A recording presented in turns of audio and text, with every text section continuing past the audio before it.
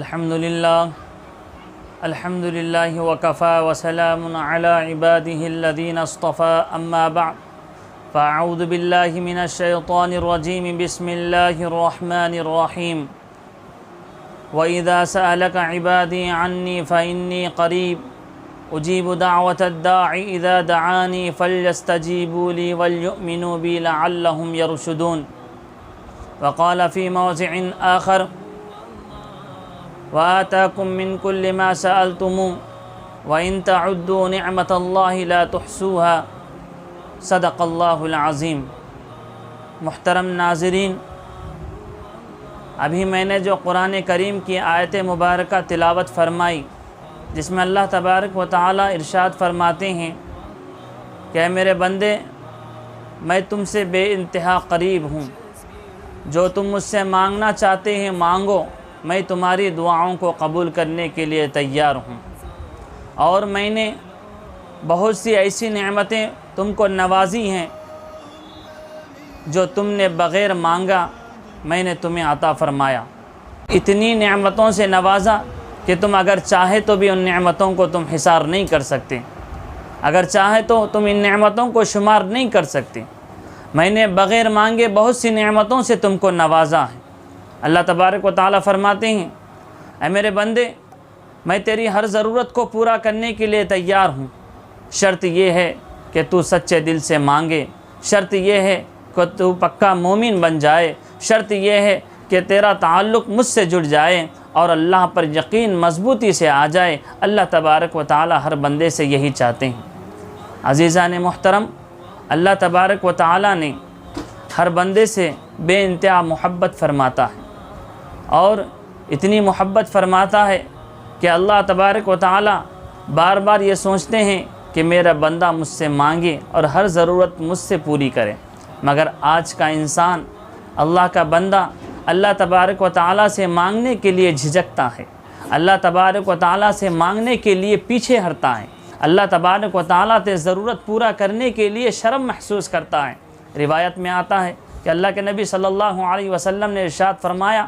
جب کوئی بندہ اللہ تبارک و تعالی سے دعائیں مانگتا ہے تو اللہ تبارک و تعالی فرماتے ہیں کہ میں اس کو واپس نہیں لوٹاتا جب تک کہ اس بندے کی میں پوری دعا نہ سن لوں اور اس بندے کی دعا پوری طور پر میں نہ قبول کر لوں۔ اللہ تبارک و تعالی خود شرم محسوس کرتے ہیں کہ میرے بندے کی کوئی دعا رد نہ ہو جائے۔ عزیزان محترم، آج انسان اللہ تبارک و تعالی سے مانگنے کے لیے بہت پیچھے ہٹا ہوا ہے، اللہ تبارک و تعالی سے مانگنے کا مزاج نہیں بناتا، اللہ تبارک و تعالی سے یقین مضبوط کرنے کے بجائے اللہ تبارک و تعالی سے تعلق کو بندہ کاٹا ہوا ہے۔ اللہ تبارک و تعالی بھی اس کی ضرورتوں کو کیسے پورا کریں؟ آج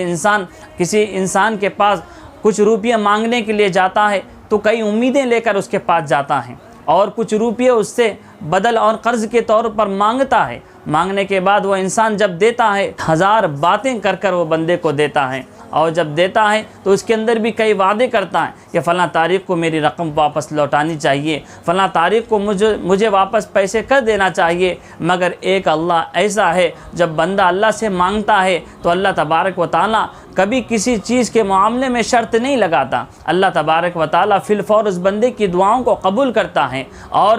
اللہ تبارک و تعالی بندہ گناہوں کے اندر اتنا لگا ہونے کے باوجود بھی اللہ تبارک و تعالی اپنی رحمت کی طرف بلاتا ہے، اپنے رحمت میں اس بندے کو جگہ دیتا ہے، اور اللہ فرماتا ہے لا تقنطوا من رحمت اللہ ان اللہ یغفر الذنوب جمیعا انہ هو الغفور الرحیم۔ کبھی میری رحمت سے مایوس نہیں ہونا،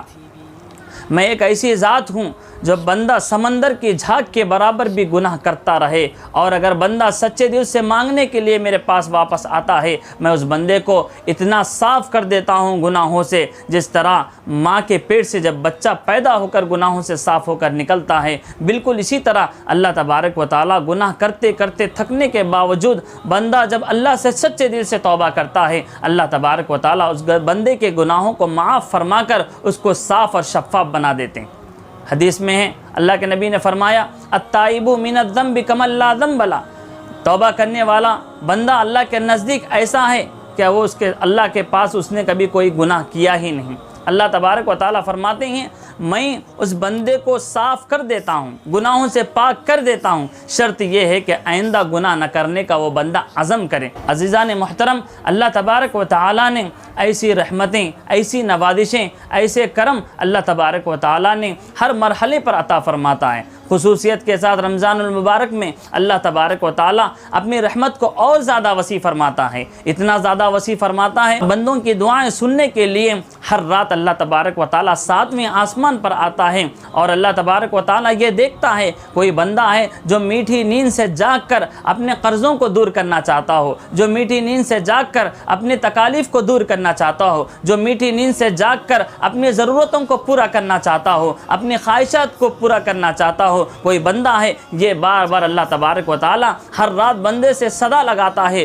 مگر آج کا انسان اللہ تبارک و تعالیٰ کی اتنی رحمتیں، نوازشیں وسیع ہونے کے باوجود بھی انسان اپنے غفلت کے اندر زندگی گزار رہا ہے۔ عزیزان محترم، اللہ تبارک و تعالیٰ ہر پل اپنی رحمت کو وسیع فرماتا ہے۔ اللہ تبارک و تعالیٰ دن اور رات کے قید کیے بغیر بندے کی ہر دعا قبول کرنے کے لیے اللہ تبارک و تعالیٰ وعدہ فرما رہے ہیں۔ اللہ تبارک و تعالیٰ یہ سوچتے ہیں کہ بندہ مجھ سے مانگ لے، میں اس کو دینے کے لیے تیار ہوں۔ عزیزان محترم، مجھے اور آپ کو چاہیے کہ اللہ تبارک و تعالیٰ کے بے انتہا قریب ہو جائیں اور دعا مانگیں تو بھی ایسے مانگیں، دعا مانگنے سے پہلے باوضو ہو، تب جا کر اللہ تبارک و تعالیٰ کے سامنے اپنی عرضی رکھیں۔ اس کے بعد انسان وہ دعائیں مانگیں جو رسول اللہ صلی اللہ علیہ وسلم سے ثابت ہے، اور انسان دعا مانگنے سے پہلے اللہ سے پختہ یقین رکھے۔ اللہ سے یقین اگر بندے کو نہیں ہوگا، چاہے وہ ہزاروں دعائیں مانگے، اللہ تبارک و تعالیٰ اس بندے کی دعاؤں کو رد فرمائیں گے، قبول نہیں فرمائیں گے۔ اس لیے عزیزان محترم، ان آداب کو سامنے رکھیں اور اللہ تبارک و تعالیٰ سے سچی لگن سے اور یقیناً اللہ میری دعائیں قبول کرے گا، یہ یقین کے ساتھ اللہ تبارک و تعالیٰ سے ہم دعا کریں گے تو اللہ تبارک و تعالیٰ بغیر کسی رکاوٹ کے اس بندے کی دعاؤں کو قبول فرمائے گا۔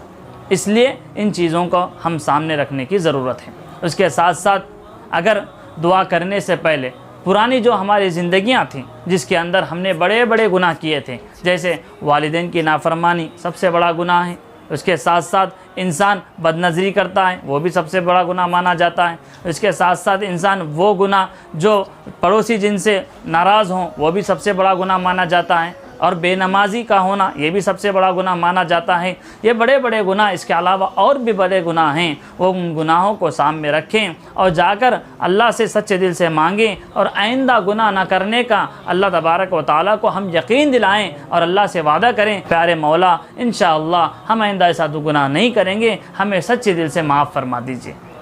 یہ جب دعا کرے گا بندہ، اللہ تبارک و تعالیٰ کی رحمت جوش میں آتی ہے، اور اللہ تبارک فرماتے ہیں اے میرے بندے، تو نے سچے دل سے مانگی ہے نے دعا، تو لے میں تجھے تیری دعاؤں کو قبول بھی فرماتا ہوں، اور تیرے پچھلے گناہ جتنے بھی ہیں میں ان تمام گناہوں کے اوپر اپنے رحمت کی چادر اوڑھتے ہوئے تیرے گناہوں کی بخشش بھی کر دیتا ہوں۔ یہ ہے اللہ تبارک و تعالیٰ کا انعام۔ الحمدللہ اب تو رمضان مبارک کا مہینہ، وہ مہینہ بابرکت والا مہینہ آنکھوں کے سامنے ہے، ہم اس کی قدردانی کریں، ہم جتنا زیادہ ہو سکے نیک اعمال بنائیں، جتنا زیادہ ہو سکے اچھے اچھے کام کریں، صدقہ و خیرات کریں، وہ کام کریں جس سے اللہ تبارک و تعالیٰ کے قریب ہو سکتے ہیں، وہ کام کریں جو رسول اللہ صلی اللہ علیہ وسلم کو پسند ہیں، وہ کام کریں جو صحابہ کرام نے اپنی زندگیوں میں اپنے معمولات میں اس کو رکھا تھا۔ اس کے بعد جیسا جیسا اچھے اچھے ہم کام کرتے جائیں گے، اللہ کے وجہ سے ہم قریب ہوتے چلے جائیں گے۔ جب اللہ کے ہم قریب ہو جائیں گے تو ظاہر سی بات ہے اللہ تبارک و تعالیٰ اونچی آواز سے مانگنے والی دعا بھی قبول کرتا ہے،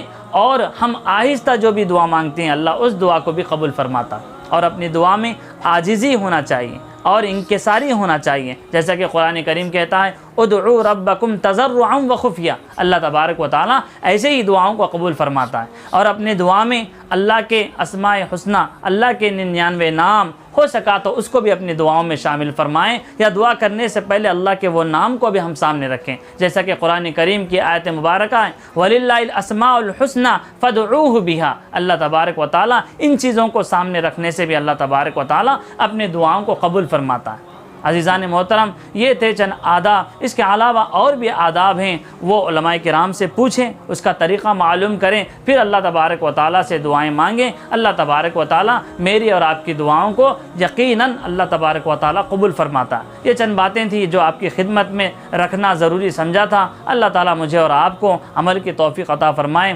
آمین۔ وآخر دعوانا ان الحمد للہ رب العالمین۔